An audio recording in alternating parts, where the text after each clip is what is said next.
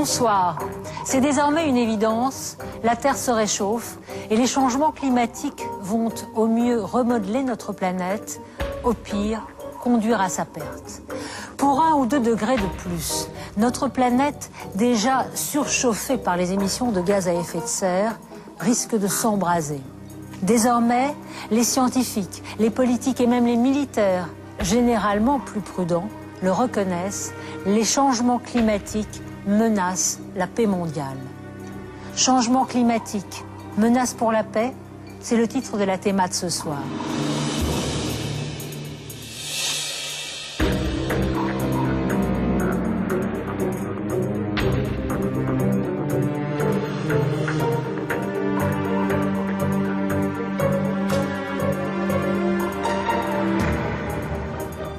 Alors en guise de préambule, je vous propose cette parabole en forme de scénario du futur. Une parabole imaginée par le philosophe naturaliste Yves Paqualet. Nous sommes en 2050, tout en haut du cercle polaire. À cette époque, les changements climatiques auront déjà fait fondre ce qu'on appelle le permafrost, c'est-à-dire le sol gelé du Grand Nord.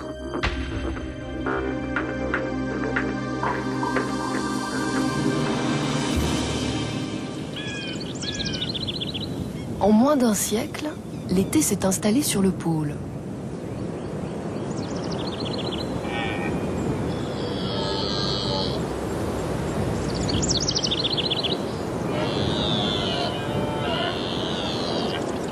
Le permafrost a fondu, les villages se sont effondrés. De l'Alaska américain à la Tchoukotka russe, le réchauffement climatique libère peu à peu les terres gelées. Et quelques 10 000 ans après leur disparition, les caribous, les mammouths et toutes sortes d'oiseaux remontent à la surface sous forme de momies. Et c'est le commencement d'un grand malheur. En cet été 2040, le virus qui avait tué cette oie quelques milliers d'années auparavant se réveille à son tour sur le terrain de foot improvisé de 2 enfants. Il contamine bientôt les pilleurs d'ivoire qui parcourent la Sibérie et font commerce des précieuses défenses de mammouth.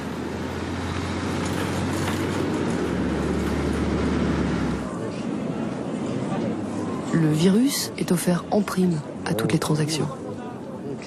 Liubia, le petit footballeur, est la première victime. Il vivait sur les bords de la mer Blanche et comme le mal qui l'emporte reste mystérieux, la rumeur le baptise grippe blanche. Le commerce mondial exporte bientôt cette grippe blanche en Chine, en Afrique et en Amérique du Sud. En Europe, aux États-Unis, au Japon et en Australie, les présidents et les états-majors militaires tiennent conseil. Après les murailles contre les invasions barbares, après les frontières contre les étrangers, voici que le bouclier antivirus fait son entrée dans l'histoire. Même parqués sous cloche, les survivants savent bien que ce n'est là qu'un nouveau remède contre la peur. Qu'aucune muraille n'arrêtera jamais la migration des oiseaux malades. Et qu'aucune armée ne pourra refermer la boîte de Pandore, soudain ouverte par le réchauffement climatique.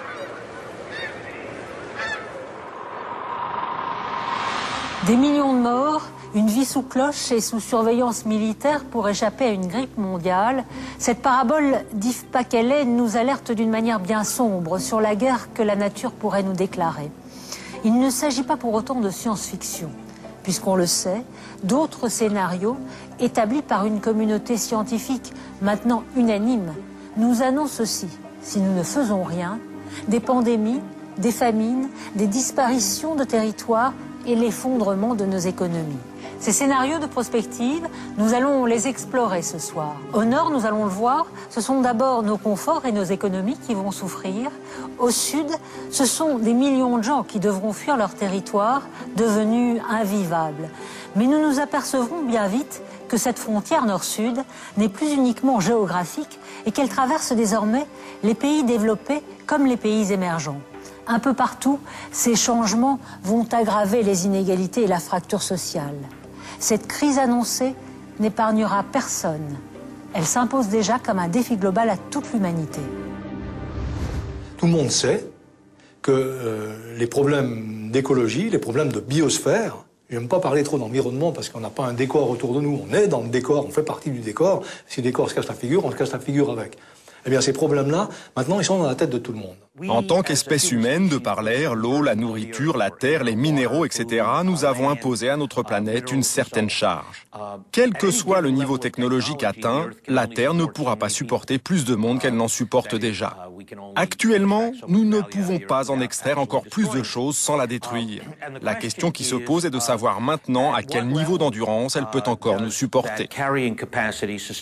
Pour la première fois dans l'histoire de l'humanité, on est confronté à une problématique qui est sans frontières et qui va influencer les aspects politiques, les aspects économiques, les aspects sociaux, tout le futur. Il n'y a pas de frontières pour ce qui concerne les changements climatiques. C'est uniquement une question de temps. Si c'est rapide, c'est extrêmement difficile à gérer sans tension extrême. Alors, il y a eu beaucoup de changements climatiques dans l'histoire de la Terre, des changements beaucoup plus considérables que ceux dont on nous parle, mais ça n'a jamais eu lieu avec une Terre surpeuplée, d'individus sédentaires, dans des installations fixes et de sociétés développées, compliquées, sophistiquées, fragiles. C'est là où la nouveauté est complètement radicale. Si nous continuons à transformer notre environnement et dans le sens destructif, qui est le cas à l'heure actuelle, on pourrait s'acheminer effectivement vers des chaos sociaux, vers une catastrophe qui prendrait l'aspect de, pourquoi pas, de guerre civile, de guerre sociale, d'affrontement entre, en gros, ceux qui se sentent protégés et qui ont encore les moyens de se protéger et ceux qui seraient démunis de tout ou qui seraient en phase de précarisation accélérée. C'est une question de guerre ou de paix. Si nous échouons à réduire les effets du changement climatique, si nous échouons à régler les problèmes auxquels nous sommes déjà confrontés, et notamment la pauvreté dans le monde, nous irons au conflit, nous aussi. C'est la plus probable source de guerre à l'avenir. Première zone rouge, l'Arctique, autour du pôle Nord. Les changements climatiques ont déjà modifié la donne. Au plan géographique, d'ici 2040, la banquise pourrait avoir totalement disparu pendant les mois d'été. Mais c'est peut-être au plan géopolitique que les bouleversements seront les plus rapides et les plus sensibles. La Terra Nullius, la Terre inhabitée comme l'appelaient les géographes, intéresse désormais beaucoup de monde, à commencer par les pays riverains. La Russie, les États-Unis, le Canada, mais aussi la Norvège, le Danemark, la Finlande, la Suède et l'Islande, pour qui le changement climatique est une véritable aubaine. Libéré des glaces, ce nouvel Arctique s'annonce à court terme, mais à court terme seulement, comme un véritable Eldorado, avec de nouvelles routes maritimes, plus rapides entre l'Europe et l'Asie, de nouvelles zones de pêche et l'accès à de nouveaux gisements de gaz, de pétrole et de minerais. Une nouvelle mer, en somme, de nouvelles richesses et déjà de nouvelles convoitises. Vous vous souvenez, les Russes ont envoyé un sous-marin au fond de la mer avec à bord 2 membres de leur parlement.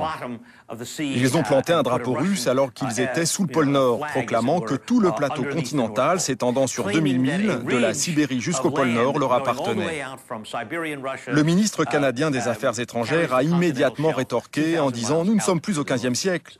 Vous ne pouvez pas aller planter votre drapeau là où ça vous chante. » À tel point qu'ils ont annoncé la création d'une base sur place et la construction de 3 navires pour patrouiller sur leur partie de l'Arctique.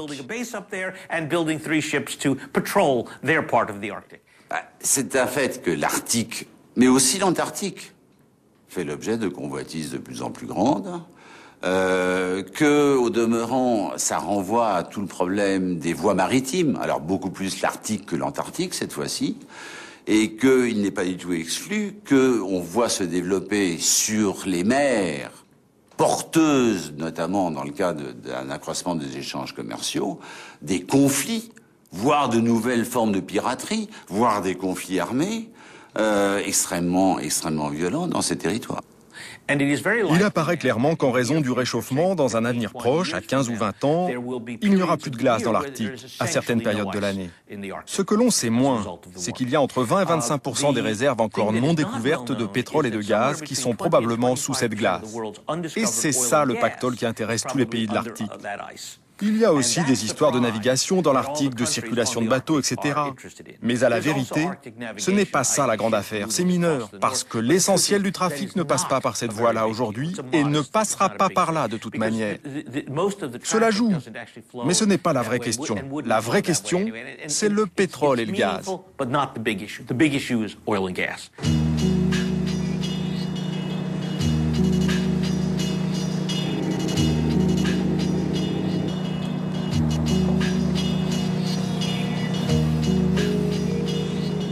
71 degrés, latitude nord. La première exploitation d'un gisement gazier en mer de Barents vient d'entrer en production. Baptisée Snøhvit, Blanche-Neige en norvégien, cette exploitation représente une étape décisive dans la traque aux ressources fossiles du Grand Nord.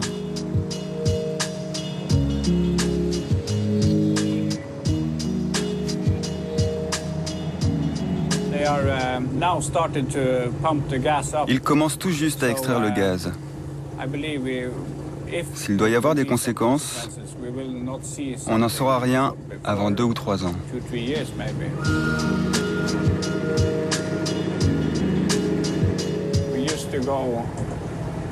On avait l'habitude de naviguer par ici et il n'y avait pas une lumière. Maintenant, on dirait carrément une ville. Centre névralgique de l'exploitation, l'usine de gaz liquéfié est implantée sur l'île de Melkoja, au large de la ville d'Hammerfest.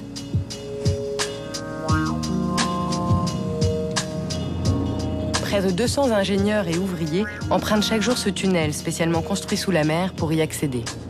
« 20 ans de recherche auront été nécessaires à l'opérateur Statoil Hydro pour venir à bout des secrets de l'exploitation du gaz sous de telles latitudes et conditions climatiques.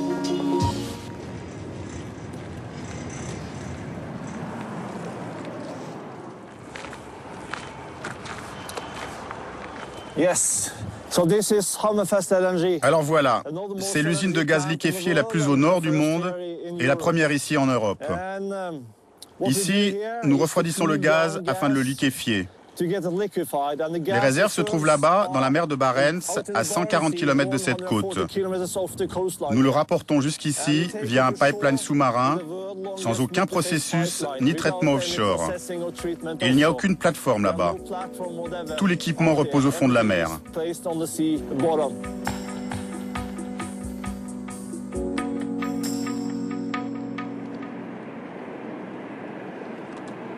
Snøhvit représente l'un des plus lourds investissements industriels de la Norvège et le plus important que cette région isolée n'ait jamais connu. À l'heure où le pétrole se raréfie et atteint les $100 le baril, le gaz devient une source d'énergie prometteuse. D'autres gisements et autant de pipelines à raccorder, l'île de Melkoja pourrait devenir une tête de pont de l'exploitation du gaz en mer de Barents. La capacité de production devrait d'ailleurs doubler d'ici 2015. Snøhvit est vraiment un projet précurseur. Je pense qu'il s'agit d'un événement majeur pour l'histoire. Vous avez là le meilleur de la technologie actuelle et c'est un pas décisif pour l'exploitation à venir, au nord comme à l'est. Cela ouvre beaucoup de nouvelles perspectives pour Statoil Hydro. Des opportunités d'affaires ici dans le nord, mais aussi dans le reste du monde.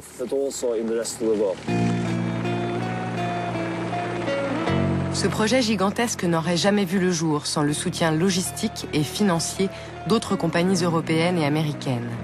6 acteurs se partagent désormais les bénéfices de l'exploitation.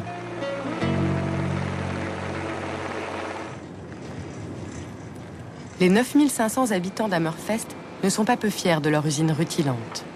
Il y a 5 ans à peine, seule la pêche et la fonction publique offraient une perspective d'avenir. Et désormais, c'est gaz à tous les étages. La démographie, l'emploi, les salaires comme le moral des ménages repartent à la hausse.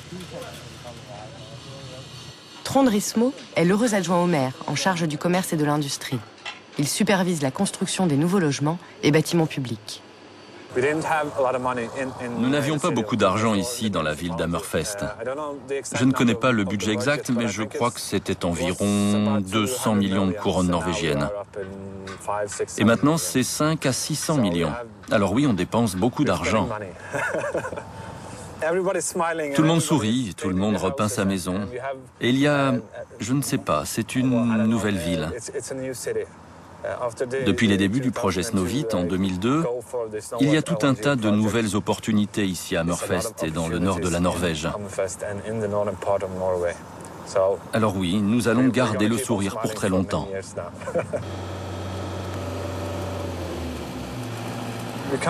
On ne peut pas oublier le risque d'un impact sur l'environnement. Il y a... Je ne sais pas. Je ne peux rien dire à ce propos parce que on ne sait pas. L'exploitation de Snøhvit est la... Pardon, je ne trouve pas mes mots. L'exploitation du gisement de Snøhvit est la moins polluante du monde. Bon, il y a un risque et nous le prenons en compte, mais nous essayons de faire au mieux.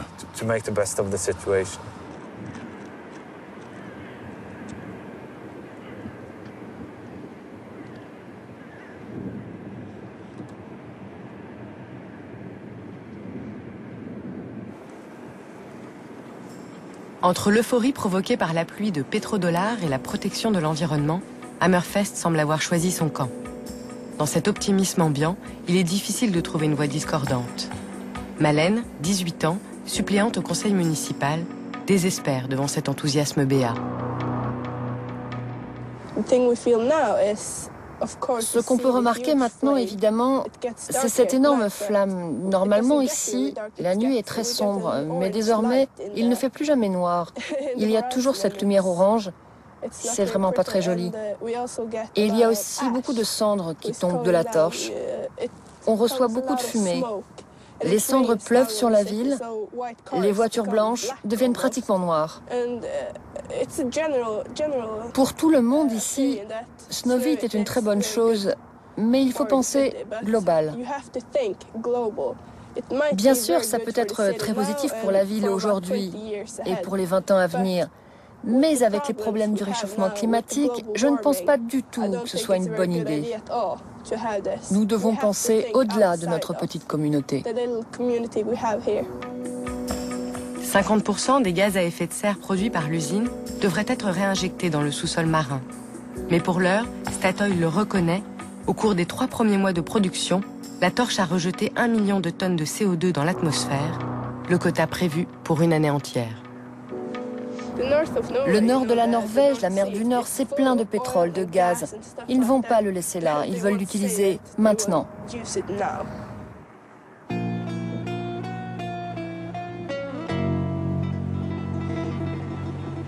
Vitrine opulente pour les uns, symbole d'une nouvelle ruée vers l'or pour d'autres, Hammerfest se situe aux avant-postes de l'exploitation des ressources fossiles du Grand Nord. Ici vient de débuter une nouvelle ère. Arvid Jensen, président de PetroArctic, une société chargée du développement industriel de la région, en décrypte les enjeux. Snøhvit, qui est un énorme gisement de gaz, représente un investissement faramineux. Et ce n'est que l'amorce de l'exploitation des hydrocarbures en mer de Barents. Il y a aussi un gisement de pétrole baptisé Goliath. Il sera développé à partir de 2009-2010. Il y a également l'immense champ de Shtokman, qui se trouve du côté russe de la mer de Barents. Mais cette zone n'est qu'une toute petite partie de la mer de Barents, qui est gigantesque. Du coup, tout le monde espère trouver de nouveaux gisements en allant plus au nord, plus à l'est. Il va y avoir une très forte compétition, c'est certain. Particulièrement entre les compagnies occidentales, mais je pense également que les compagnies russes, des compagnies asiatiques aussi, prendront part au développement de cette région. On voit également des signes très positifs concernant la coopération entre les compagnies russes, norvégiennes et européennes, car nous avons un intérêt commun à exploiter cette zone. L'intérêt commun prendrait donc le pas sur d'éventuelles confrontations en mer de Barents. Mais pour combien de temps ? La coopération sera-t-elle toujours d'actualité lorsque les Russes se seront appropriés les technologies aujourd'hui détenues par les compagnies européennes? La disparition de la banquise, annoncée pour 2020, donnera naissance à une nouvelle mer, dont les ressources fossiles et halieutiques attisent déjà toutes les convoitises. La grande question est comment répartir l'accès à cette nouvelle mer. Est-ce comme pour l'Antarctique une zone ouverte mais que personne ne peut développer? Est-ce comme la mer du Nord régulée par des négociations et très surveillée avant que quelqu'un ne sache où se trouvait le pétrole et le gaz? Les Norvégiens et les Anglais ont été chanceux. Les Allemands, les Danois et les Néerlandais l'ont été moins. Ou alors, est-ce qu'il faut légiférer par le biais du droit maritime pour dessiner un camembert partant de l'Europe, de la pointe de vos frontières jusqu'au pôle Nord? Vous pouvez imaginer à quel point les Russes et les Canadiens apprécieraient cette théorie. Et comme les États-Unis et l'Europe n'aimeraient pas cela. C'est quand même terrifiant de voir à quel point l'humanité se sert d'un désastre pour accroître la puissance de quelques-uns. Comment l'égoïsme d'un petit groupe, d'une telle grande société industrielle, d'exploration de pétrole ou de commerce, ou l'égoïsme de tel ou tel État, peut tout simplement dire la bonne occasion, on est en train de provoquer des folies sur la Terre, des folies climatiques, tout ce qu'on trouve à faire, eh bien, c'est de se dire on va accroître très rapidement notre puissance sur cet endroit-là. Ainsi donc, les aléas de la météo et les caprices de la nature n'expliquent pas tout. D'année en année, les travaux des scientifiques et notamment les rapports publiés par le groupe intergouvernemental d'experts sur le climat, le fameux GIEC, ont désigné l'homme comme le principal responsable du dérèglement climatique, l'homme et son addiction aux énergies fossiles qui lui ont assuré depuis près de 3 siècles une croissance constante, mais d'une violence extrême pour notre environnement. Aujourd'hui, la Terre est exsangue. En 2006, le gouvernement britannique a souhaité mettre des chiffres sur ce que beaucoup considéraient comme un fantasme et a posé cette question politiquement très incorrecte. Le changement climatique, combien ça coûte? Réponse, 5 500 milliards d'euros. Un chiffre établi par le rapport de l'économiste Nicolas Stern. Un coût supérieur à celui des 2 guerres mondiales du XXe siècle. Mais ce n'est pas tout. Au terme des 700 pages de son étude qui couvre l'ensemble de la planète, l'ancien économiste en chef de la Banque mondiale ajoute que si rien n'est mis en œuvre pour endiguer le changement climatique au cours des 10 prochaines années, il entraînera une récession mondiale. Et pour bien préciser sa pensée, Nicolas Stern compare l'ampleur de la crise à venir au krach de 1929. Un homme comme Nicolas Stern dit « Nous sommes à la veille d'une nouvelle crise de 1929 » et un homme comme Jaroslav Locke nous dit « Nous sommes en 1938, avant l'éclatement de la Deuxième Guerre mondiale ».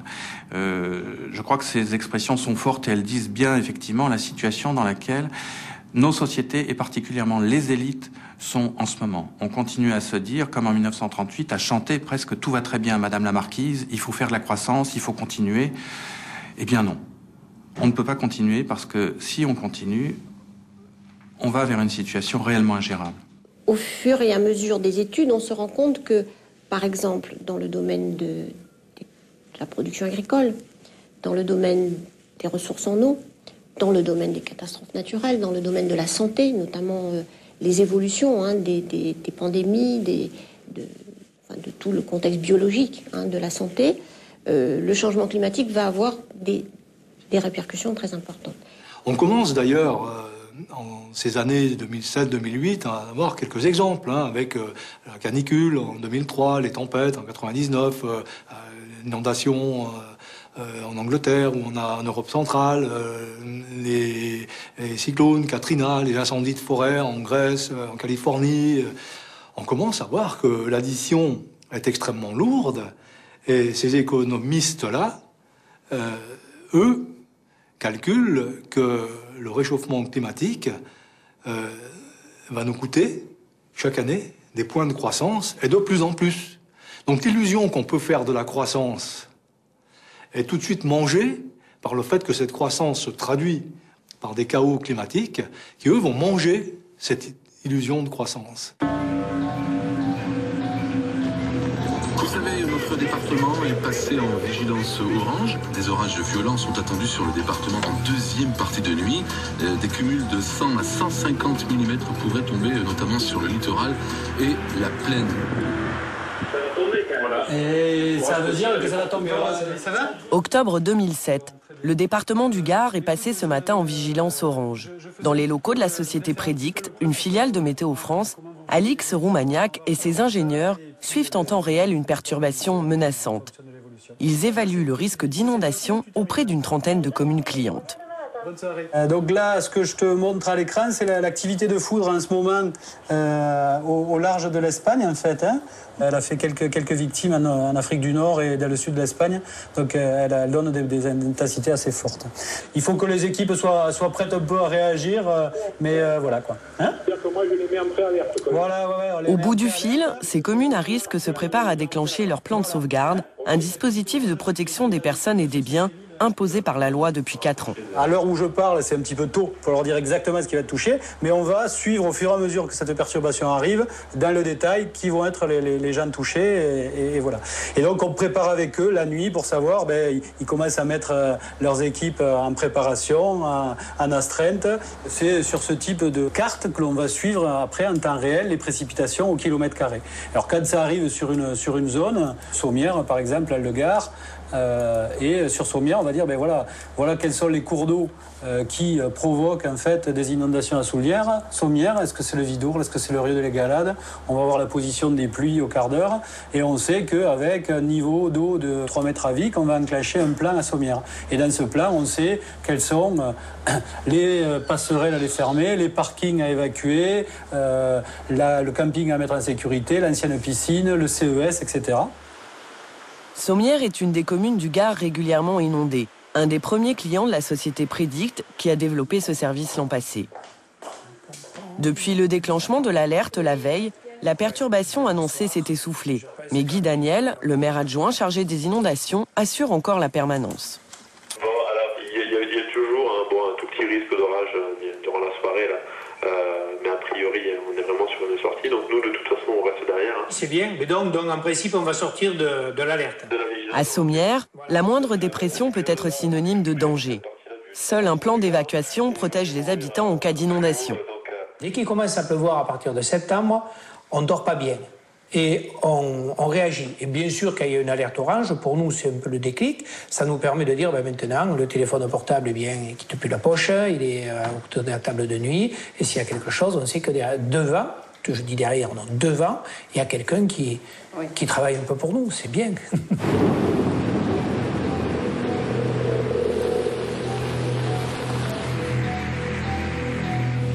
Dans le Gard, les inondations de septembre 2002 sont encore présentes dans tous les esprits. Ces 2 jours de déluge ont défiguré les 3/4 du département. Les rivières sont sorties de leur lit, les coulées de boue ont tout envahi. Bilan, 24 morts, des milliers de sinistrés, 250 communes ravagées, 800 millions d'euros de dégâts. 5 ans après, Guy Daniel n'a pas oublié le drame vécu à Sommières. Cet enfant du village a connu plus de 50 inondations, mais jamais il n'aurait imaginé une crue pareille, ni 1,70 m d'eau dans sa propre maison. La hauteur d'eau, là, voilà. Il y a encore la trace. Quand je suis monté sur mon balcon qui est en dessus et que j'ai vu la hauteur d'eau, là, j'ai réalisé. Là, j'ai dit, mais où on est, là? Et ça continue à... Et qu'est-ce qui va se passer? Parce que ça monte, et vous ne savez pas si ça va s'arrêter. Et puis, il y a 5, puis il n'y a plus que 4, puis il n'y a plus que 3 marches. Et là, vous commencez à vous dire, et maintenant, je fais quoi?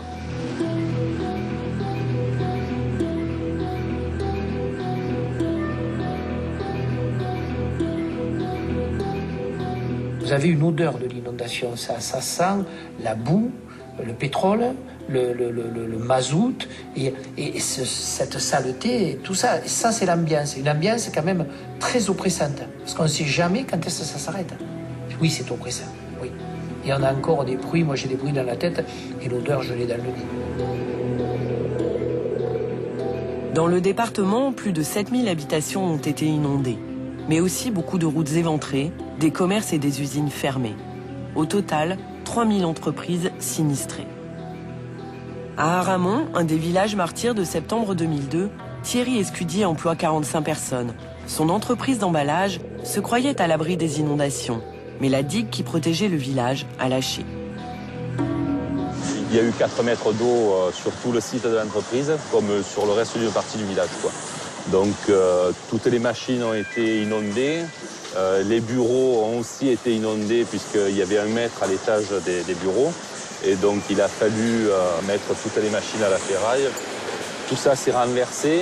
Dans les semaines qui ont suivi le sinistre, j'ai consulté mes experts comptables, mes juristes et un avocat. Et certains m'ont dit le mieux c'est de faire un dépôt de bilan. Thierry Escudier a fermé son entreprise pendant 3 mois.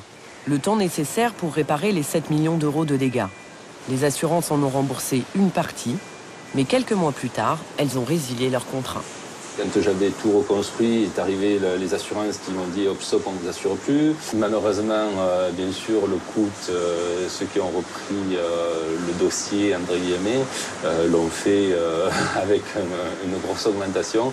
À savoir qu'avant les inondations, je payais environ 35 000 euros d'assurance par an. Et là, j'avais retrouvé une compagnie qui voulait bien m'assurer, mais à 180 000 euros. 600% d'augmentation des cotisations d'assurance en quelques mois. Un handicap qui peut s'avérer fatal pour le développement de l'entreprise. Dans le Gard, on a réparé, reconstruit. Mais le département résistera-t-il face à un nouveau déluge? Alix Roumaniac s'inquiète des phénomènes climatiques observés par sa société de prévision. Il y a eu 2002, puis derrière il y a eu 2003 aussi, dans la grande zone qui se situe autour de Montpellier, en fait sur le grand sud de la France, là où on avait 3 événements par an de plus de 200 mm par jour. Ces 10 dernières années, on est passé de 3 à 5 événements par an. Donc on a vraiment le sentiment qu'il y a une accélération un petit peu des phénomènes. Des orages plus fréquents, des inondations plus violentes, le climat pourrait menacer le développement économique du département.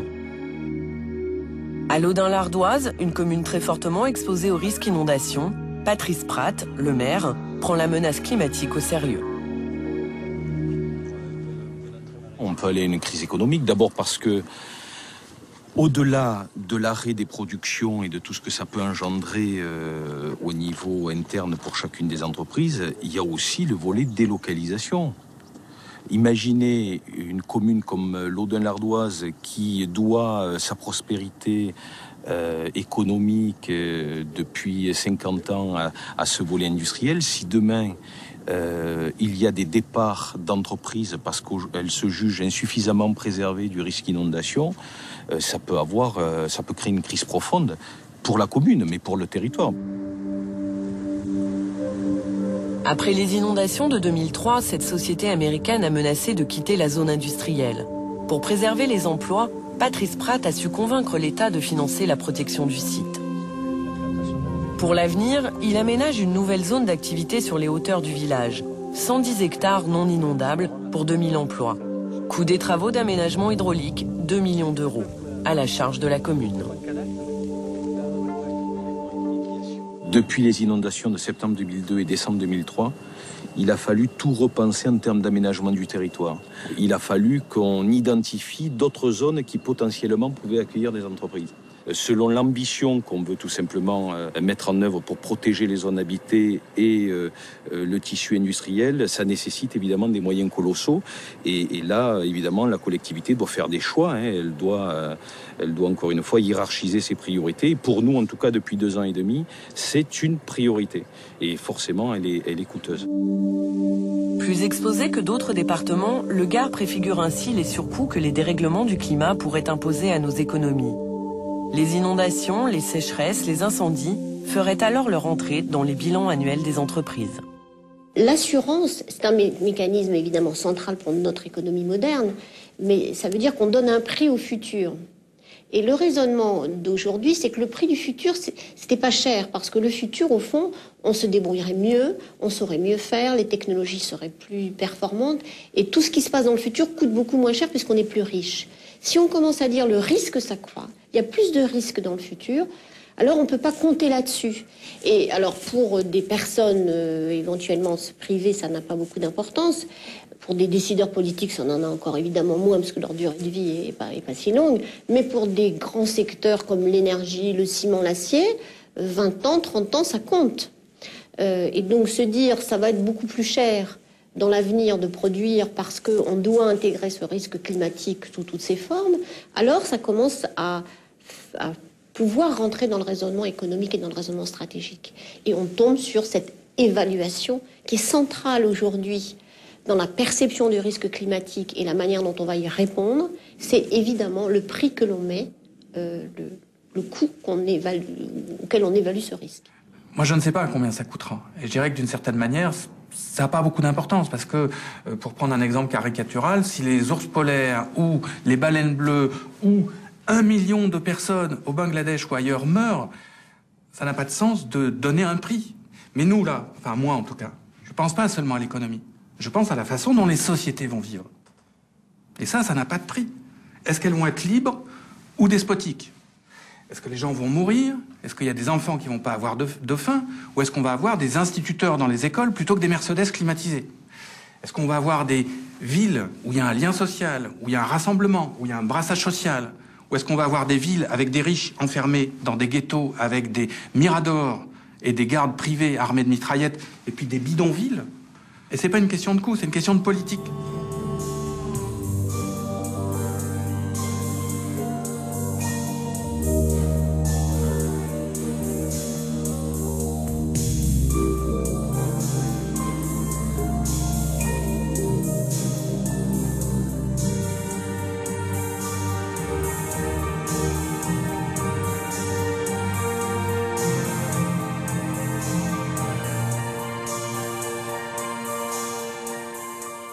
Katrina a démontré que le pays le plus riche du monde peut avoir de vrais problèmes à gérer une catastrophe environnementale. On a évacué 200, 300 000 personnes, on les a répartis dans l'ensemble des États-Unis.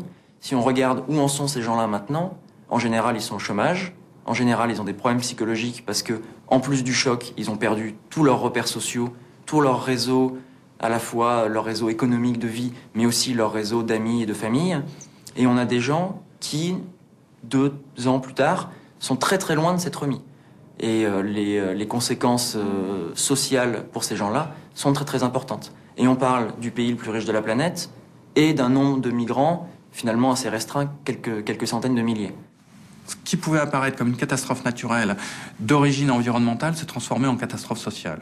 C'est-à-dire que le gouvernement, n'ayant pas la capacité ou la volonté à prendre en charge la difficulté des gens, a au contraire eu une attitude de policière en quelque sorte, en considérant que ces dizaines de milliers de gens qui étaient sans abri étaient quelque part des délinquants, puisqu'ils s'étaient totalement dénués de toute ressource dans la crise dans laquelle ils étaient, et ont en fait déployé des moyens policiers et non pas des moyens de secours. Alors, c'est intéressant en tant que maquette parce qu'on peut voir comment un système social, y compris dans un pays du Nord, donc supposé riche, peut être confronté à une telle situation.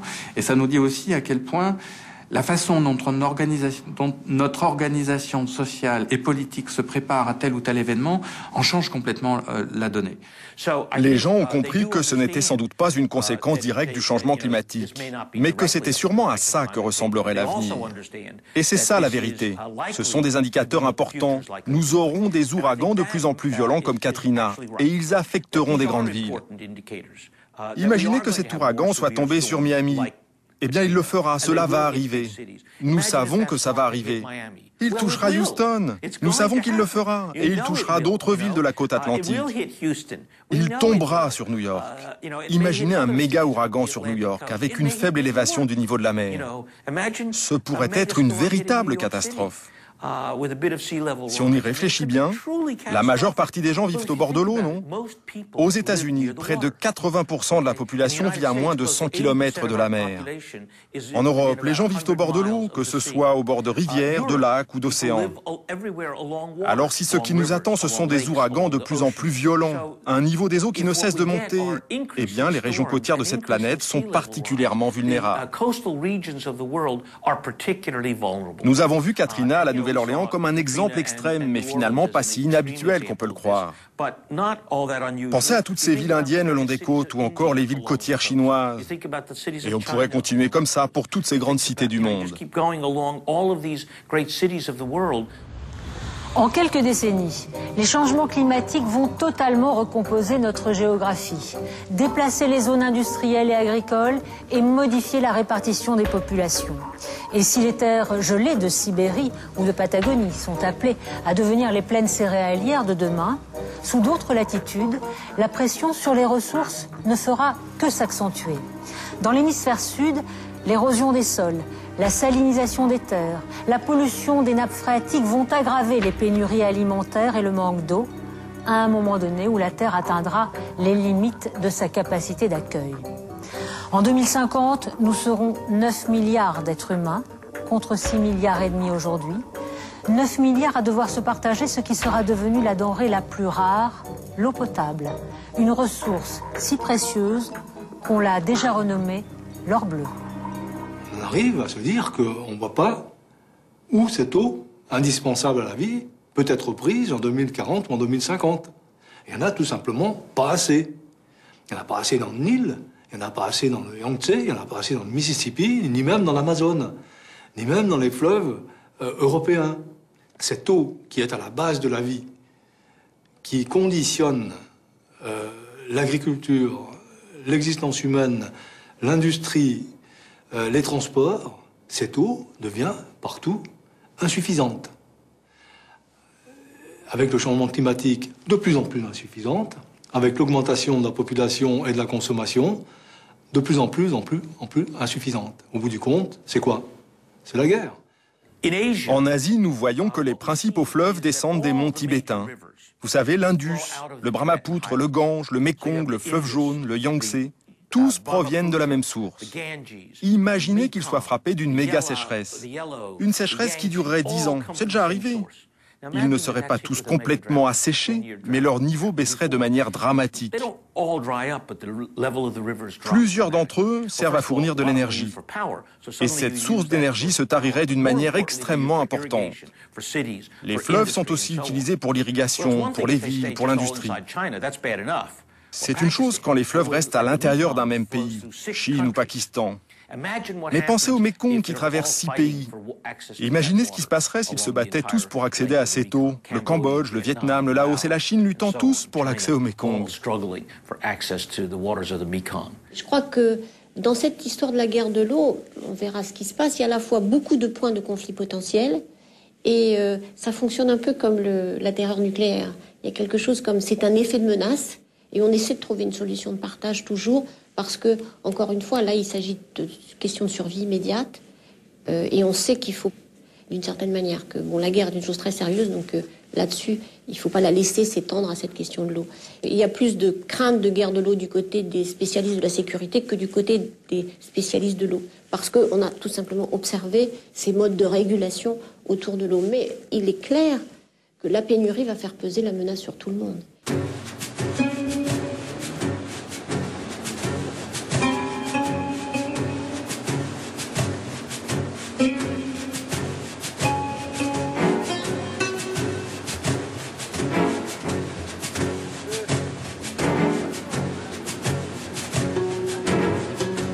Chaque fois qu'il part en opération, le sous-officier Ousmane voit les eaux de la grande oasis diminuer comme une peau de chagrin. En 40 ans, le lac Tchad, sa zone de surveillance, a perdu 90% de sa superficie. Tous ces arbres, c'est des arbres flottants, ils se déplacent par-ci, par-là. À un moment donné, vers le mois de mars-avril, même la route, ça serait barré. Même les pirogues, ils ont des difficultés pour se déplacer. De Fitina à Bol, on peut faire au moins de 2 jours. Auparavant, tous ces arbres-là, il n'y en a pas. Ousmane est militaire à Bol, une petite ville portuaire située sur la rive nord du lac. Sa mission, faire la chasse aux pêcheurs étrangers, nigérians surtout, accusés d'épuiser les réserves de poissons avec des filets prohibés.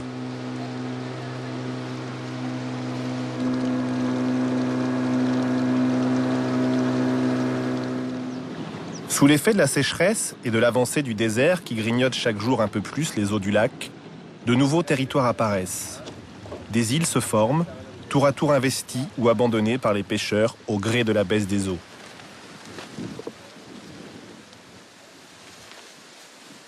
On est à Kormiram, un village de pêcheurs tchadiens. Et par manque d'eau, par manque de poissons, par manque de matériel de pêche, comme ça, ils se sont désertés. Donc, ils sont rentrés. Il y a des gens qui sont partis sur le Grand Lac pour faire la pêche. Il y a des gens, une partie est partie pour l'élevage et une partie est partie pour l'agriculture.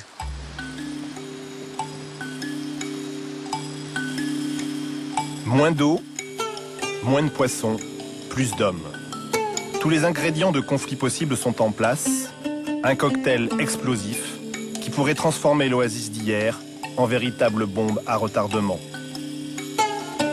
Répertorié en 1970 comme le 4e plus grand lac d'Afrique, le lac Tchad s'évapore progressivement et pourrait se transformer en marais si rien n'est entrepris pour le sauver. Sécheresse, déforestation, pollution et croissance démographique sont les causes de cet assèchement. Et selon des prévisions de la NASA, au rythme actuel, si rien n'est fait, le lac pourrait disparaître d'ici 20 ans.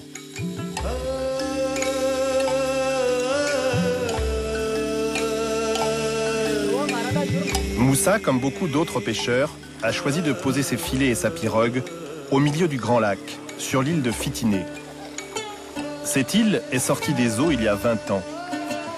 C'est aujourd'hui l'un des derniers refuges des pêcheurs et un carrefour commercial où tentent de survivre des populations riveraines. Des Ghanéens, des Maliens, des Nigérians, des Camerounais.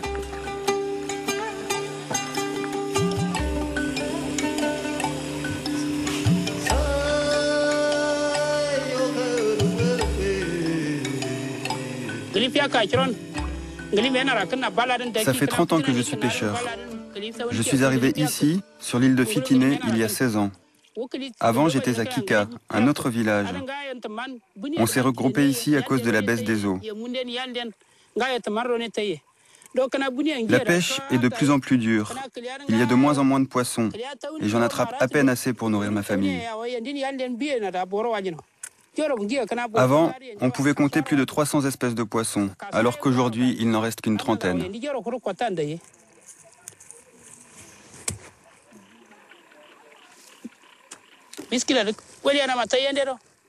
On doit aussi faire face à la concurrence de beaucoup de pêcheurs étrangers qui viennent sur le lac. Pour le moment, il n'y a pas beaucoup de conflits, mais j'ai peur que ça dégénère à l'avenir. Ils sont toujours de plus en plus nombreux et ils sont mieux équipés que nous. Ils ont des techniques de pêche différentes. Ils sont en train de vider le lac de ses poissons.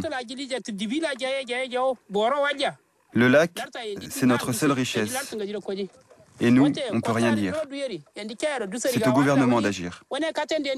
Quand il n'y aura plus du tout de poissons, eux, ils repartiront. Mais nous, on restera là, sans plus rien dans nos filets.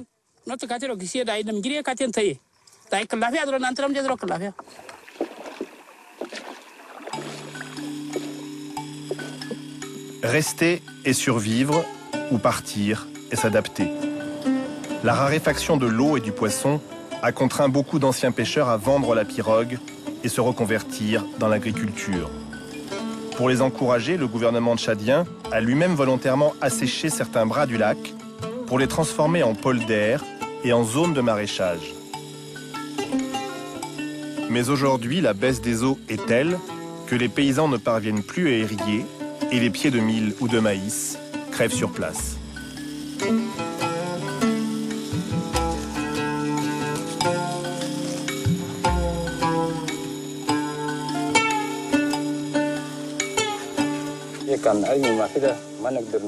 Qu'est-ce que vous voulez que je fasse? Je ne peux pas faire autre chose. Si je suis venu ici, c'est parce qu'il y avait de l'eau. Et maintenant, l'eau n'arrête pas de baisser. Je ne peux pas vivre sans eau. Si l'eau du lac disparaît complètement, je serai obligé de partir et de trouver de l'eau ailleurs.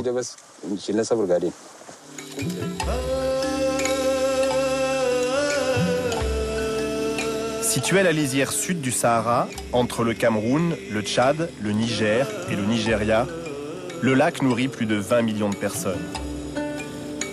L'aggravation des sécheresses dans toute l'Afrique subsaharienne pousse de plus en plus de monde vers ce dernier puits en passe de se transformer en mirage. Si le puits se tarit définitivement, c'est toute la sécurité alimentaire de la région qui sera menacée.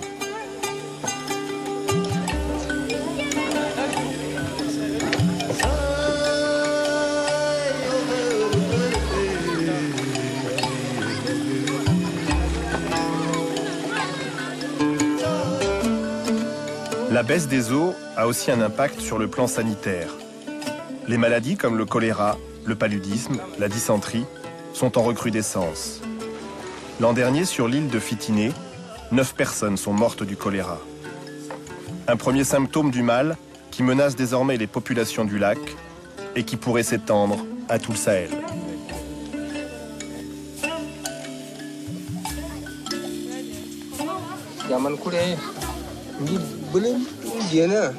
Autrefois, dans les années 70-80, il y avait beaucoup moins de maladies dans la région, c'est sûr. Alors qu'aujourd'hui, on voit apparaître des épidémies qui reviennent régulièrement. C'est la baisse des eaux qui est la cause de tout ça.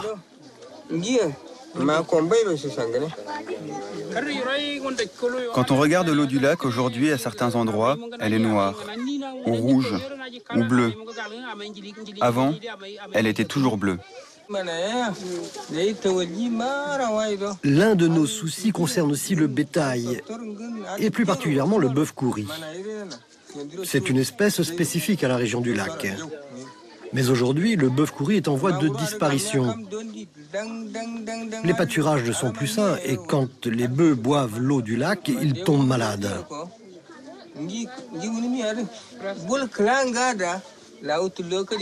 Quand j'étais petit, on naviguait avec des pirogues faites en papyrus. Et comme nous sommes un peuple nomade, on se déplaçait sur tout le lac.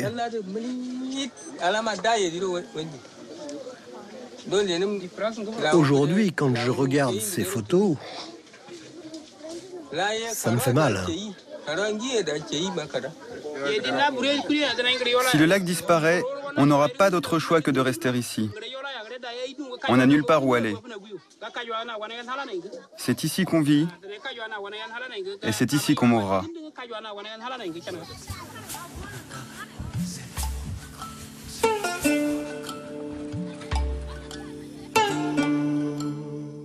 Tout système qui est perturbé essaye de se réajuster. C'est-à-dire ça, c'est la nature également. Ceux qui ont des difficultés de pouvoir s'en sortir par leurs propres moyens vont essayer de trouver des moyens de s'en sortir ailleurs. Quelqu'un qui, imaginez-vous, j'ai faim, j'ai pas de moyens et je vois à côté qu'il y a de la nourriture, je vais me précipiter dessus. C'est-à-dire, de toute façon, moi, j'ai rien à perdre. Si je ne mange pas, je vais mourir. Je vais essayer de manger. Et peut-être qu'une chance sur deux, je ne vais pas mourir. C'est-à-dire, on ne va pas m'attaquer parce que j'ai pris la nourriture. Je l'ai pris parce que je n'ai pas la possibilité, je n'ai pas d'autre choix. Si à l'heure actuelle, il y a 850 millions de personnes qui ne mangent pas à leur faim dans le monde, avec 9 millions qui meurent chaque année de faim dans le monde, on peut penser que ces 850 millions de personnes, dans 25-30 ans, si on continue cette élévation de température, seront 1,5 milliard ou davantage. D'autant plus que, ajouté à ces perturbations de l'agriculture, il y aura un rétrécissement général des surfaces cultivables dû à un facteur lui-même lié à l'environnement et au réchauffement climatique. C'est la montée du niveau des mers qui va manger une partie des terres cultivables. Et il y aura un autre facteur qui sera dû à l'urbanisation croissante de la terre, qui fait qu'on est en train de construire partout sur les anciennes terres agricoles. Les populations partent du Mali vers la Côte d'Ivoire, vers le Ghana, vers le Congo. C'est-à-dire l'essentiel du système du flux migratoire, c'est beaucoup plus dans l'espace africain, dans un premier temps. C'est-à-dire on évoque beaucoup plus la migration vers l'Europe, qui est un phénomène récent, mais l'essentiel de la migration, c'est à l'intérieur de l'Afrique.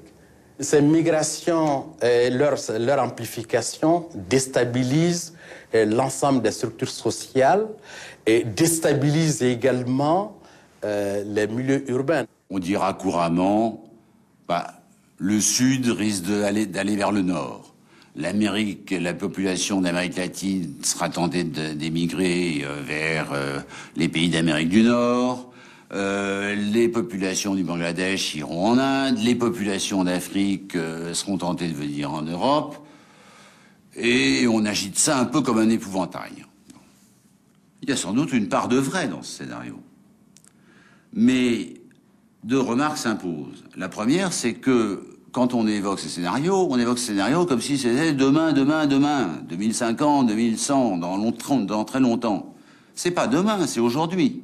C'est aujourd'hui que les choses se passent. Beaucoup d'observateurs assez avertis qui connaissent très bien le Darfour disent que le problème du Darfour est beaucoup plus lié à un problème de dégradation des ressources naturelles qui a été beaucoup plus impulsé par la dégradation des ressources, par les phénomènes climatiques, que par des aspects sur lesquels on avait tendance à mettre l'accent aujourd'hui. Bien sûr, les politiques utilisent quelques situations que ce soit pour renforcer leur pouvoir, pour renforcer leur position.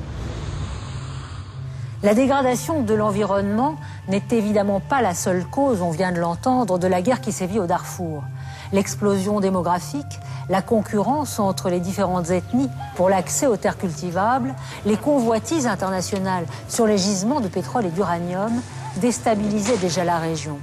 La sécheresse a fait le reste. Depuis 20 ans, le niveau des pluies a chuté de 40% et la hausse des températures de l'océan Indien a perturbé les moussons. Quant aux ressources alimentaires, elles se sont raréfiées. Une situation qui aggrave encore le terrible conflit en cours. Un des principaux effets d'un changement climatique brutal, qu'il aille dans le sens d'un réchauffement ou d'un refroidissement, et qu'il rendra certains endroits encore moins vivables, au moins dans le court terme. Et cela provoquera d'énormes migrations, comme ça a été le cas dans le passé. Ces migrations seront l'une des sources majeures des problèmes de sécurité. Nous voyons ça très précisément aujourd'hui au Soudan avec le Darfour. Des dérèglements provoqués par les sécheresses, de vastes mouvements de population, un nombre important de réfugiés, des conflits autour de l'eau et de la nourriture, c'est caractéristique de ce que sera notre futur.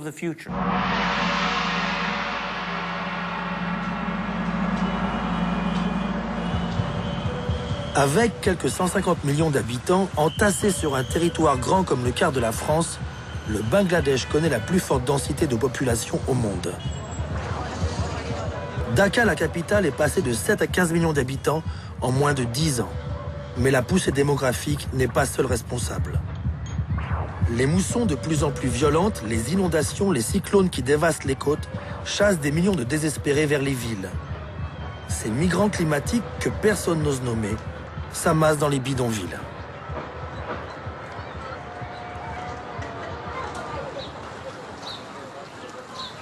Nader Ralman est journaliste au Daily Star.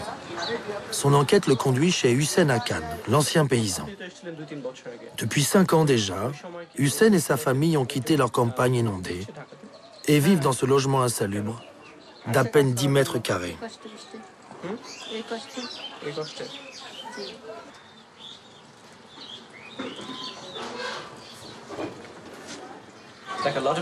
Hussein nous explique que, comme beaucoup d'autres, il a dû quitter son village. Trop de pluie, trop d'inondations, il lui était devenu impossible de cultiver la terre. Alors, comment vivre?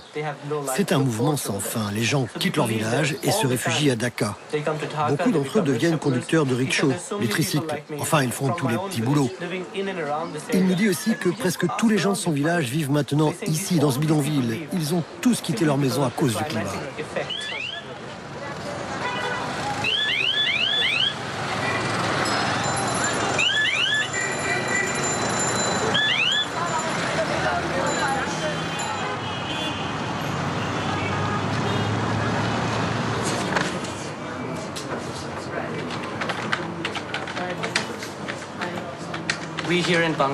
Comme je l'écris dans cet article, nous sommes, nous, ici au Bangladesh, les premières victimes du changement climatique.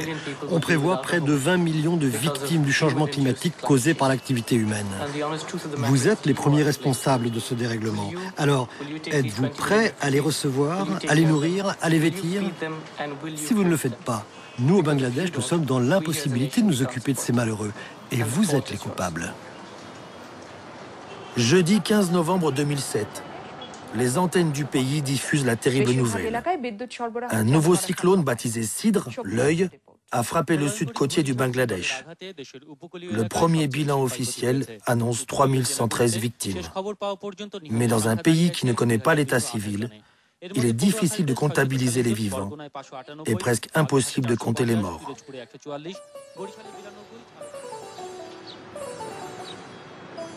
Les enfants perchés sur les restes de la digue agitent leur cerf-volant dans un ciel enfin apaisé. Il y a seulement quelques semaines, des vents de 240 km/h et une vague énorme de 6 mètres de haut ont renversé la digue, illusoire rempart de terre qui protégeait le village.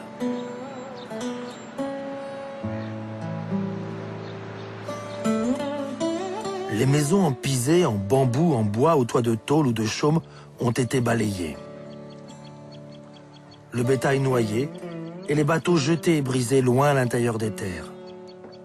Les champs sont gorgés de sel et les réservoirs, les mares d'eau potable, sont devenus saumâtres et impropres à la consommation. La priorité, repartir en mer au plus vite pour manger. Alors, il faut réparer les bateaux et remailler les filets.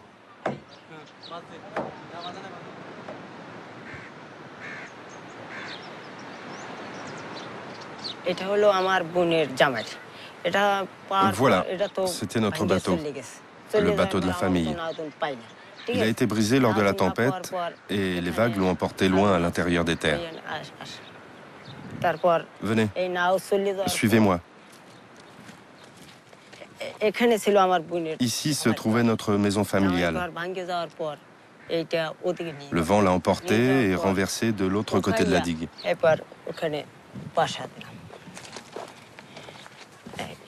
On a ramassé tous les débris pour essayer de reconstruire une hutte pour s'abriter. Maintenant on vit ici, mais qu'est-ce que tu veux qu'on fasse sans bateau?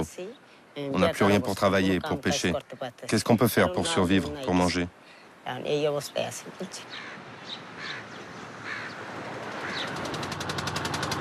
Les eaux chargées de limon, charriées par les fleuves descendus de l'Himalaya, gonflées par les fontes rapides des glaciers, teintent de brun et de boue les eaux du golfe du Bengale.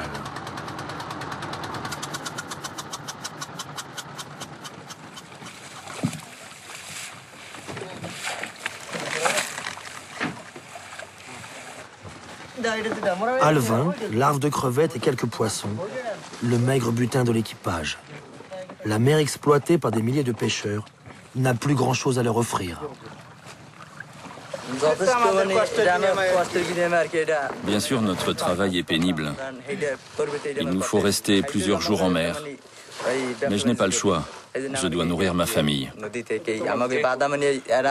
Mon père et avant lui mon grand-père étaient pêcheurs.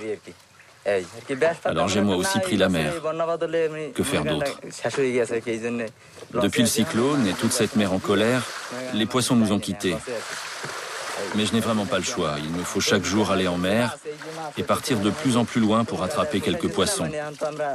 Alors tant que je pourrai ramener de quoi nourrir ma famille, je continuerai de pêcher. La barque des collecteurs ramène au rivage les prises du jour. Les pêcheurs, eux, vont rester la semaine à jeter et remonter leurs filets dans les eaux troubles du Golfe. Ceux trop pauvres pour posséder un bateau attendent le retour des collecteurs. Une criée s'organise et les lots de crevettes mélangées aux larves et aux alevins sont revendus aux plus offrants.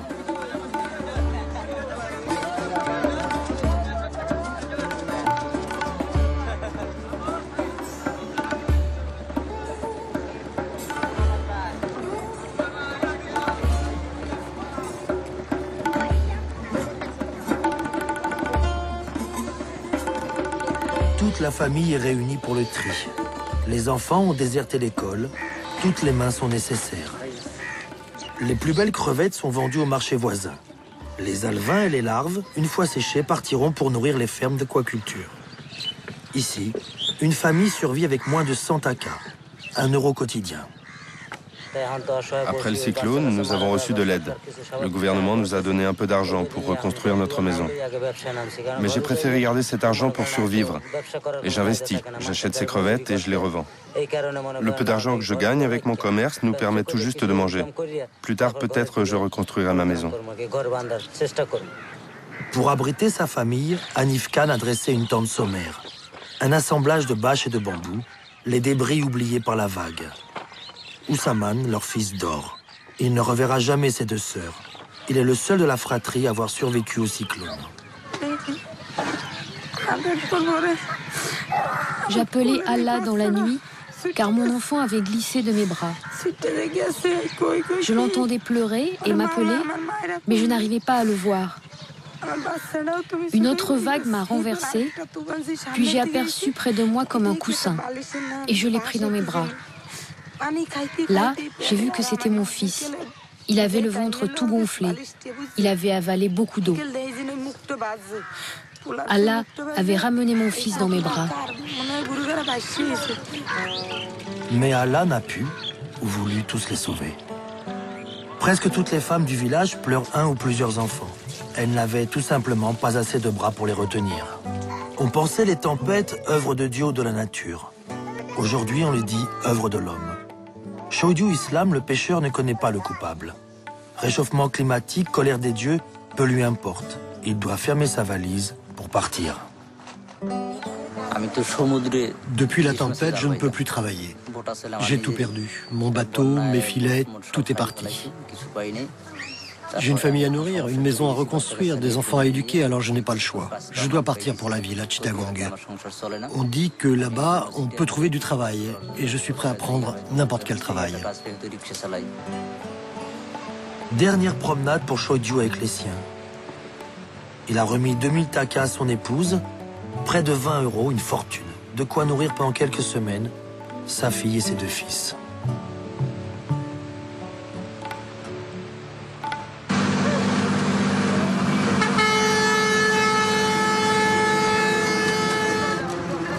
En route pour Chittagong, le port du Bangladesh. Car, bateau, et enfin le train. Il n'a plus que 2 € en poche, mais à la ville, l'espoir d'un travail l'attend.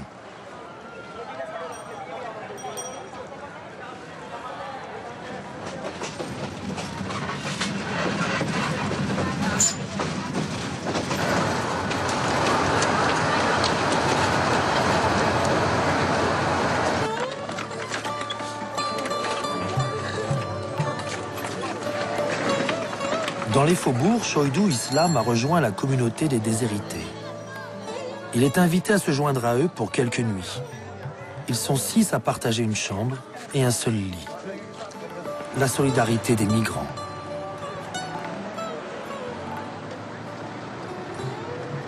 Je suis venu à Chittagong pour chercher du travail. J'ai retrouvé 2 amis de mon village qui sont journaliers sur le port.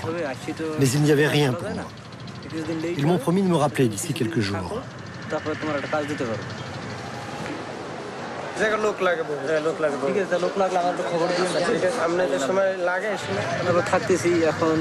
J'attends, je souffre. J'ai besoin d'un travail. Sans travail, je ne peux pas gagner d'argent. Il faut que j'envoie de l'argent à ma famille. Je suis triste et angoissé. Alors je viens ici, sur le port, et je rêve. Je rêve que je me promène avec mes enfants au bord de la mer, là-bas, chez moi. Pour notre survie, j'ai dû abandonner ce bonheur. Je ne sais pas quand je reverrai ma famille. Et j'ai une grande douleur au fond de moi. Je me réfugie dans mes rêves, avec mes enfants à mes côtés. Ces bateaux qui s'éloignent me ramènent un peu auprès des miens.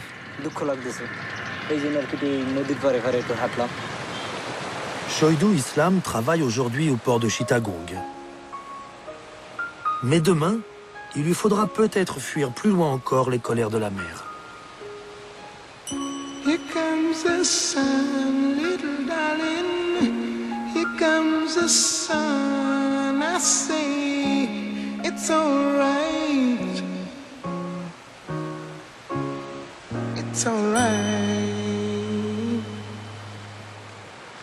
Et ce bouleversement dans les rapports entre les pays, dans les rapports entre les sociétés, cela, je crois qu'on ne le perçoit pas. On commence à se dire, oui, en 2050, on aura besoin de plus de 100 millions d'immigrés en Europe pour nos retraites. Mais en revanche, on ne fait pas le parallèle, ce qui, aussi en 2050, on aura à accueillir aussi pour des raisons, non pas pour payer nos retraites, pallier les trous dans le marché du travail, mais accueillir des gens qui n'auront pas d'autre endroit où aller.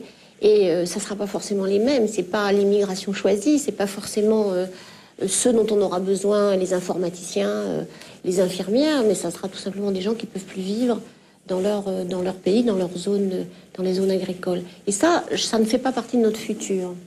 Et malheureusement, pour l'instant, on ne sait pas faire grand-chose par rapport à ces grandes migrations, sinon d'essayer de fermer les frontières. Donc, de ce point de vue, à la fois, il y a beaucoup de choses à faire sur aider dans cette question de l'adaptation à ce changement climatique qu'on a contribué tellement à produire. Et en même temps, on n'envisage pas ce futur. Aux États-Unis, nous faisons face aux mêmes problèmes qu'en Europe, en Chine ou en Inde. Ici, il y a des endroits comme Haïti ou le Guatemala, des sociétés qui ont déjà été dévastées d'un point de vue écologique. Alors maintenant, imaginez qu'ils soient frappés par le même type de tempête que celle qui a touché la Nouvelle-Orléans il y a quelques années, l'ouragan Katrina, mais en plus terrible. Eh bien, regardez les photos satellites de l'île d'Hispaniola, dont la moitié est la République dominicaine et l'autre moitié Haïti. Du côté dominicain, il y a des forêts, une société développée. De l'autre côté, c'est des boisés, un écosystème ravagé. Si Haïti est frappé, il y aura des inondations massives, un nombre incroyable de morts et de réfugiés affluant vers les États-Unis une fois de plus. Est-ce que notre marine va les intercepter ou les laisser entrer ? Imaginons la France, d'accord ? Vous avez une corporation agricole très importante et puissante. Or, cette corporation va être sévèrement perturbée, c'est déjà le cas. Nous le voyons avec les vignes qui se déplacent vers le nord. Que va-t-il se passer si la région de Champagne ne peut plus produire de champagne, vous voyez ? Quand les paysans ou les citadins français demanderont à leur gouvernement de soulager la facture des changements climatiques en disant « Bah tiens, tant qu'on y est, prenons aussi à notre charge une partie des coûts dus aux réfugiés. Nos villes n'ont qu'à se mettre à changer leur système de consommation d'énergie pour assumer la facture. » À ce moment-là, je ne suis pas sûr que nous nous sentirons tous aussi généreux que cela. Donc on peut très bien voir les pays du Sud et notamment les régions souffrant au maximum du changement climatique, s'élever contre les pays du Nord. Alors s'élever comment? Est-ce que ça veut dire une grande guerre mondiale climatique? Un peu comme les Américains, à un moment donné, l'ont imaginé. J'ai tendance personnellement à penser que cette grande guerre mondiale, d'abord, est déjà engagée, et deuxièmement, qu'elle sera beaucoup plus insidieuse que les grandes guerres mondiales telles qu'on les a connues au moment de la Première et de la Deuxième Guerre mondiale. Nous avons des frontières nationales qui sont devenues complètement poreuses. La distinction traditionnelle entre la sécurité intérieure et la sécurité extérieure vole en éclats. Et peut-être que les grandes armes des conflits à venir, ça sera davantage les maladies infectieuses, ça sera davantage le terrorisme, ça sera davantage des cutters. Et on a bien vu quelle était la puissance des grandes armées face à des terrorismes utilisant des engins de guerre, dont le moins qu'on puisse dire, c'est qu'ils sont assez ordinaires. Il y a la forme américaine militariste qui consiste à penser que la supériorité militaire répond à tout, et on voit bien que c'est pas le cas quand on voit le fiasco des Américains en Irak. Et l'autre forme de l'irréalisme, c'est la version européenne, c'est l'ingénuité. Nous sommes dans la communauté internationale, la démocratie va se propager partout, on va faire des discours sur les droits de l'homme et ça suffit. Donc il y avait beaucoup de naïveté, et du coup on a trop oublié au cours des 10 ou 15 dernières années, notamment en Europe, la façon dont on doit veiller à nos intérêts, dans le sens légitime du terme. Je suis pas du tout pour une Europe agressive, offensive, militaire, c'est pas le cas. Mais il faut quand même voir que les Russes, les Chinois, les Japonais, les Israéliens, les Arabes, les Américains, les Brésiliens n'ont pas la même vision du monde sympathique et un peu boy scout que celle des Européens de l'Ouest des 30 ou 40 dernières années. Donc il faut tenir compte de ça, y compris pour défendre nos visions en matière écologique. Après la guerre froide, après les guerres d'indépendance et après les grandes luttes idéologiques, les changements climatiques s'imposent, au début de ce XXIe siècle, comme une nouvelle donne de la vie politique internationale. Il y a tout juste un an, et pour la première fois, le Conseil de sécurité de l'ONU tirait la sonnette d'alarme en déclarant que le changement climatique constituait un risque sécuritaire majeur. En décembre 2007, un rapport des Nations Unies envisageant une hausse de 5 degrés parlait cette fois d'un risque de guerre civile mondiale. Pour l'heure, en Europe, ces prévisions provoquent assez peu de réactions dans les états-majors militaires. Aux États-Unis, en revanche, les impacts du changement climatique sur les politiques de défense et de sécurité nationale ont déjà fait leur entrée dans les académies militaires. West Point, la plus connue, la plus cotée des académies militaires. C'est dans ces murs que depuis plus de 2 siècles, les États-Unis forment l'état-major de la plus puissante armée du monde. Depuis peu, la météo, les changements climatiques ont fait leur entrée dans la pensée militaire. Le lieutenant-colonel Rios est chargé de ce nouveau programme. Dans 10 ans, 20 ans, 50 ans, le changement climatique sera sans doute une source de conflit. Peut-être dans des régions comme l'Afrique ou près de l'équateur, peut-être en Europe et aux États-Unis. Si par exemple la fréquence des précipitations évolue, ça aura un impact sur les récoltes. Alors oui, dans l'avenir, ce sera certainement un déclencheur de conflit.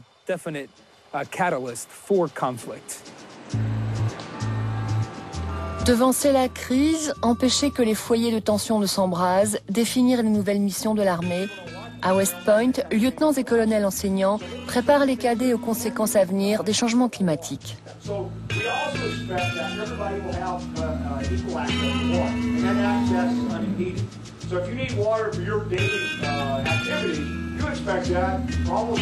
Le colonel Joe Manus dirige le département de géographie et environnement.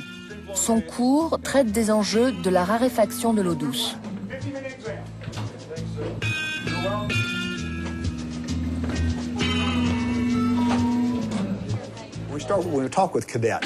Nous souhaitons que les cadets comprennent les enjeux de la sécurité environnementale dans un certain nombre de régions du monde.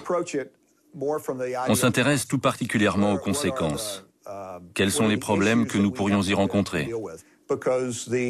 La pression sur les ressources ne cesse d'augmenter. Les stocks ne sont pas infinis. Et comme il y a une limite, alors oui, les gens deviennent de plus en plus agressifs les uns envers les autres. Ils ont tendance à vouloir protéger ces ressources auxquelles ils ont encore accès.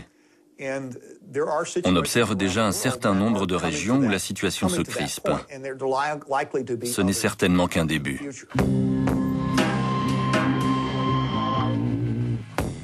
Ce sont les cadets aujourd'hui formés à West Point qui, dans 10, 20, 30 ans, mèneront les fronts sur les territoires délabrés par l'élévation des températures, l'épuisement des ressources naturelles ou la montée des eaux. Eileen vient du sud de la Californie. Elle a choisi de se spécialiser dans la sécurité environnementale. En termes de conscience environnementale, les États-Unis ont toujours été à la traîne. Mais il y a de plus en plus de pression sur les hommes politiques de notre pays pour faire évoluer le rôle et la mission des États-Unis. Nous avons le pouvoir, nous avons les ressources. Nous devrions donc les utiliser pour aider le reste du monde, ce monde unique que nous devons partager. Le réchauffement climatique provoque de plus en plus de catastrophes naturelles. L'armée sera de plus en plus impliquée dans les missions humanitaires lorsque ces désastres auront lieu. C'est tellement simple pour nous de mobiliser l'armée rapidement. Tout est prêt. L'infrastructure, les avions, les véhicules et même la chaîne de commandement. L'armée américaine est la mieux placée pour faire face à ces problèmes, bien mieux que les gouvernements locaux eux-mêmes.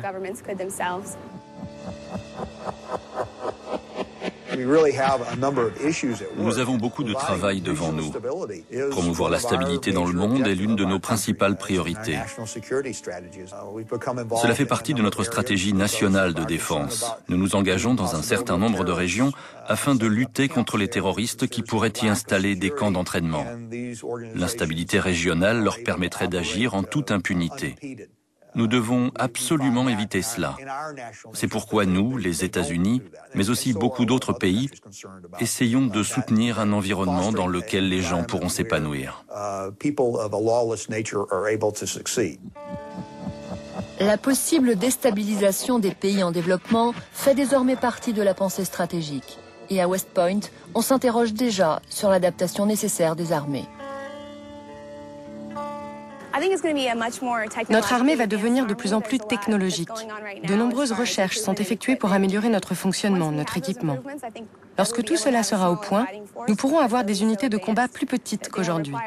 Du coup, les autres unités pourront être affectées aux missions humanitaires.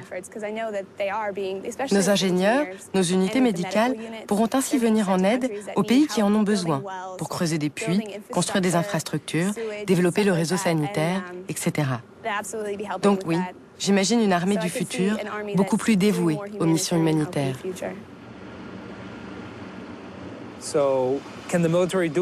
Les militaires peuvent-ils relever cette mission tout seuls? Je ne le crois pas.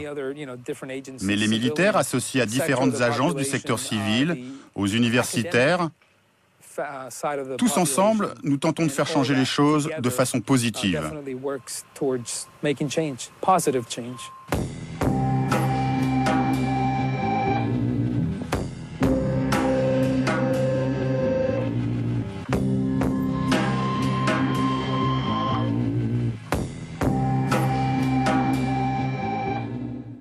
Avec la fin de la guerre froide, les organisations militaires ont perdu une part importante de leur rôle traditionnel. Et il m'arrive de penser qu'elles cherchent un nouveau rôle à jouer. Certaines personnes se sont trouvées une nouvelle mission en combattant le terrorisme, et d'autres en prédisant des actions militaires provoquées par les changements climatiques. À long terme, je n'envisage pas d'unité militaire spécialisée dans le changement climatique. En revanche, il y aura des unités de secours humanitaires qui vont se retrouver confrontées à ce qu'on pourrait appeler du secours armé. Le Darfour aujourd'hui en est un parfait exemple, où précisément nous n'avons pas la capacité d'intervenir et on se dispute pour savoir si les Nations Unies peuvent intervenir, si les forces armées africaines peuvent intervenir. Pendant ce temps-là, les gens meurent au Darfour. Tout ça parce que nous n'avons ni le dispositif politique ni les outils militaires nécessaires. Et je ne parle pas des moyens de développement. Il ne s'agit pas simplement de faire en sorte que les gens arrêtent de s'entretuer. Pourquoi ne pas se contenter de nourrir la population, de lui fournir de l'eau et une assistance sanitaire? En fait, ce doit être une combinaison d'interventions militaires, policières et de secours mis en commun pour pouvoir être acheminé rapidement dans n'importe quelle partie du monde et intervenir dans des endroits comme le Darfour, le Bangladesh ou tout autre État qui menace d'être déstabilisé. On peut imaginer que si ça concerne des tout petits groupes, par exemple les habitants de toutes petites îles du Pacifique, il puisse y avoir un effort de solidarité internationale à la portée des organisations multilatérales et que dans le cadre de l'ONU ou d'une institution spécialisée, on puisse prendre en charge le déménagement, la réinstallation, mais il faut savoir où, c'est pas simple, mais c'est gérable. Si ça concerne des dizaines de millions de gens, il est évident que les systèmes de solidarité internationaux disjonctent. C'est tout à fait hors de portée. Sauf si, à force d'inquiétude et au fil des années, l'ensemble des opinions du monde sont arrivées à la conclusion que c'est le grand problème et qu'il faut vraiment mettre des moyens en commun, beaucoup plus considérables, dans le cadre d'une sorte d'énorme organisation des Nations Unies pour la gestion des réfugiés climatiques et pour le changement économique et pour la réimplantation, etc., etc.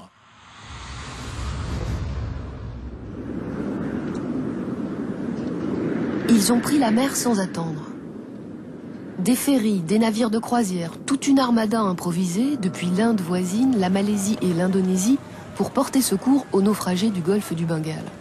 Combien sont-ils? 1 million? 2 millions? 5 millions peut-être? Personne ne le sait. Et même si les experts internationaux avaient annoncé que le Bangladesh serait le premier État à souffrir des changements climatiques, personne n'avait prévu une telle catastrophe.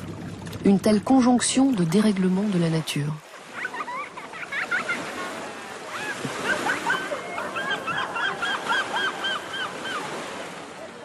Comme chaque année pendant les moussons, les grandes marées ont soulevé la mer. Puis, le réchauffement climatique s'en est mêlé, augmentant le nombre des cyclones, la violence de leurs vents et la quantité des pluies qu'ils portent. Au Népal et dans le nord de l'Inde, la fonte des glaciers de l'Himalaya vint grossir les crues du Gange et du Brahmapoutre. Les vallées des boisés ne suffirent plus à contenir le flot qui rejoignit bientôt la montée des eaux du Golfe.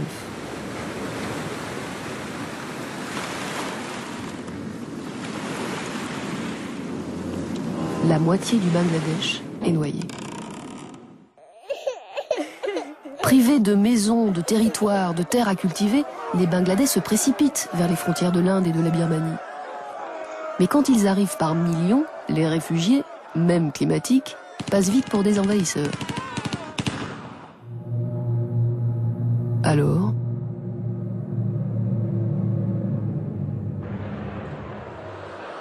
à New Delhi, à Shanghai, à Jakarta, bientôt aux États-Unis et dans toute l'Europe, les populations descendent dans la rue pour dénoncer la barbarie. La Chine et l'Inde font voter à l'ONU une résolution exigeant que les pays disposant de territoires sous-peuplés ouvrent leurs frontières. La Russie et le Canada devront céder aux paysans les toundras transformées en terre à blé par le réchauffement climatique. L'Arabie saoudite accueillera des marins. La Guyane française installera les pêcheurs bangladais sur ses côtes pour y développer l'aquaculture. Et pour une fois, selon le principe pollueur-payeur, ce sont les pays industrialisés qui financeront l'installation des éco-réfugiés sur leur nouveau territoire.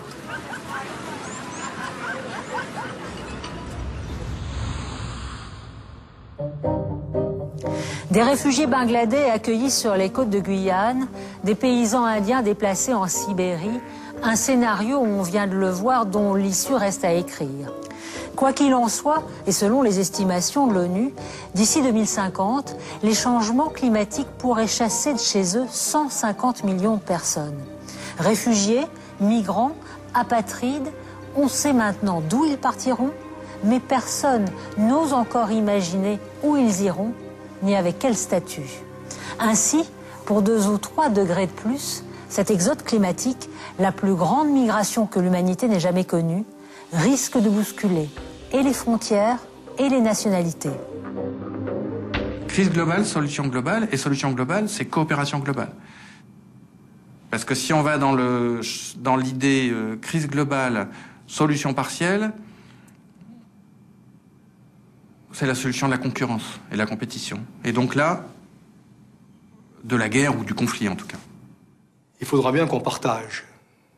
Pour le moment, personne n'en veut du partage, parce que ça va contre la pulsion de domination et de territoire. Donc le monde freine des cas de fer, mais il faudra bien le faire, parce que sinon ça sera la guerre. C'est pourquoi je suis persuadé de l'urgence qu'il y a à traiter ces questions maintenant. Il faut réduire autant que possible les conséquences des phénomènes qui s'annoncent et réduire aussi les effets qui nous affectent. C'est une problématique critique aujourd'hui. La question n'est pas qui est riche, qui est pauvre, la question est qui va vivre, qui va mourir. On pourrait se demander si ce changement climatique, ça n'est pas la grande peur dont on avait besoin pour enfin se réveiller et commencer à agir.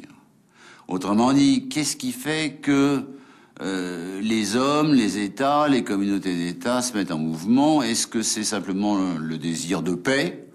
Le fait de vouloir... est-ce que c'est simplement la solidarité planétaire? Là, j'avoue que j'aurais quelques doutes, hélas.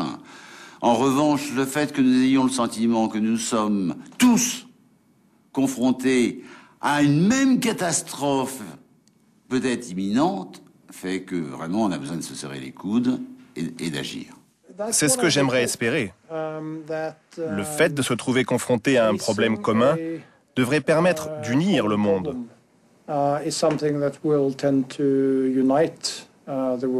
C'est un peu comme le vieux dicton qui dit que lorsqu'un pays entre en guerre contre un autre pays, cela le réunifie à l'intérieur.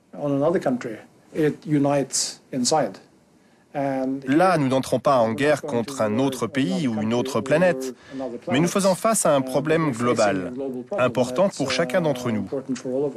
Cela pourrait même contribuer à nous faire prendre conscience que les autres conflits ont désormais une importance mineure. Il ne s'agit pas des pays industrialisés de répondre à des préoccupations des pays du Sud par leur propre pensée, mais de le faire avec les pays du Sud et d'inventer ou de réinventer de nouveaux systèmes de développement. Ceci a du mal à émerger encore. Il est évident que, en tant que Malien, j'aspire à vivre comme un Français. C'est tout à fait légitime. J'aspire à vivre comme un Américain. C'est tout à fait légitime. Mais il est évident que le mode de vie et le style de vie américain n'est pas généralisable. Le style de vie français n'est pas généralisable. Comment concrètement peut-on le faire comprendre à l'ensemble des populations du monde. Ça, c'est un défi très, très important.